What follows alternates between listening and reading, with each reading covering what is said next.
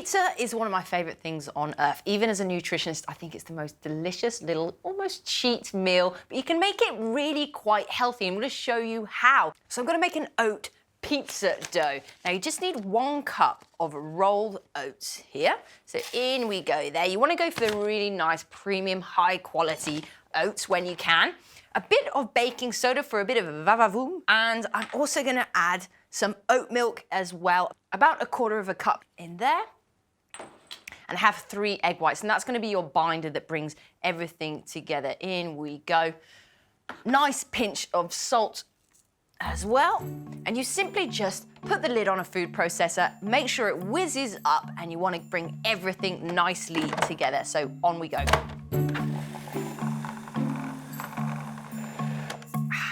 Perfect.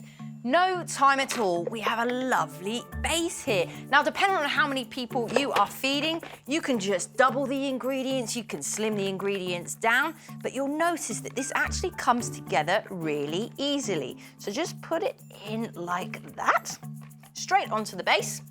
Now, want nice clean hands, and I want you to just bring it all together, and then we're gonna start patting it out, making sure that it goes nice and thin.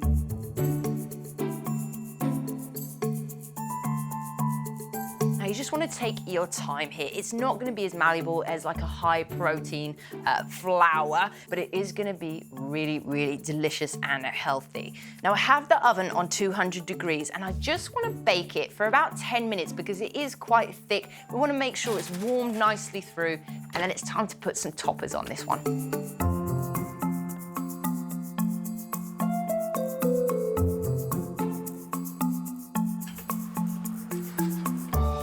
Perfect. So we're just giving it a bit of a head start, a little like when I play golf with Adrian. I'm gonna have a pesto base here. I do love a bit of a pesto base. Everybody always uses tomato, but I think it's just absolutely delicious. So round we go like that. Now I'm gonna add some vegetables because, of course, I am your little personal nutritionist and I'm always gonna try to smuggle them in where I can. So some mushrooms, a few tomatoes there to add a little bit more moisture to this pizza. And I'm actually gonna add some radish as well. And people think you can't heat radish, but you can, it's absolutely delicious.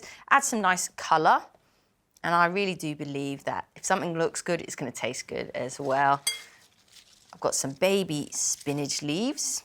I really am trying to smuggle as much veggies in here as possible, aren't I? There we go.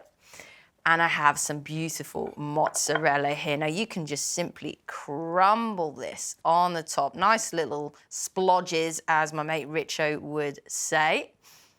Oh, that's gonna be delicious. And that oat base is just gonna soak that all up too.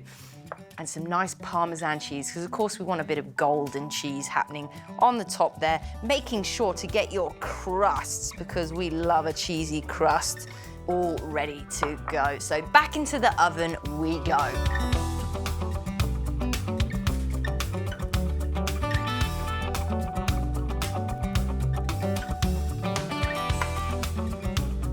How gorgeous is that? It's wonderful. It's such a nice thing to use a new ingredient for such a classic dish like a pizza.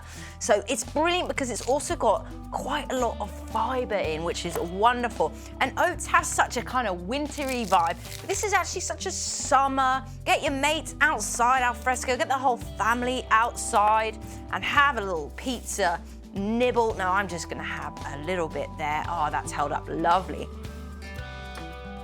Oh, that is delicious. It's such a wonderful base, allows all the other flavors to just come out, but it's nice and sturdy, absolutely delicious, nice and filling as well. Absolutely wonderful one to add to your little recipe repertoire.